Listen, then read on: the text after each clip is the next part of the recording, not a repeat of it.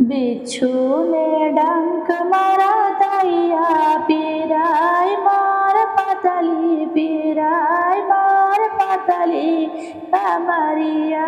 बिच्छू ने डंक मारा दैया पीराई मार पतली पीराई मार पतली कमरिया। जाई कहीं मोरे बारे ससुर से जाई कहीं मोरे बारे ससुर जी से जल्दी बोलावे धरवैया पीराई मोर पतली पीराई मोर पतली कमरिया। जाई बोलावे धरवैया पीराई मोर पतली पीराई मोर पतली कमरिया।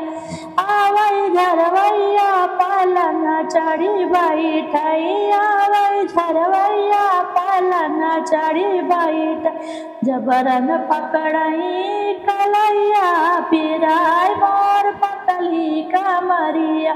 बिच्छू ने डंक मारा दैया पीराई मोर पतली पीराई मोर पतली कमरिया। सासु मोरी बोले जेठान बोली बोले सासु मोरी बोले जेठान बतियाव हमहू के मारे नजरिया पीराई मोर पतली पीराई मोर पतली कमरिया। बिच्छू ने डंक मारा दैया पीराई मोर पतली पीराई मोर पतली कमरिया।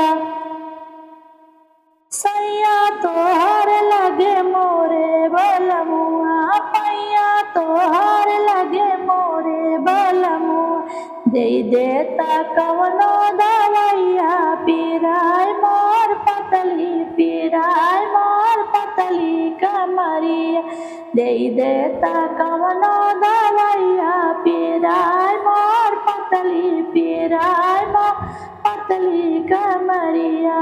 बिच्छू ने डंक मारा दैया पीराई मोर पतली पीराई मोर पतली कमरिया। दोस्तों, अगर ये हमारी लाचारी गीत आपको पसंद आए तो एक प्यारा सा कमेंट जरूर दीजिएगा। सभी को जय माता दी।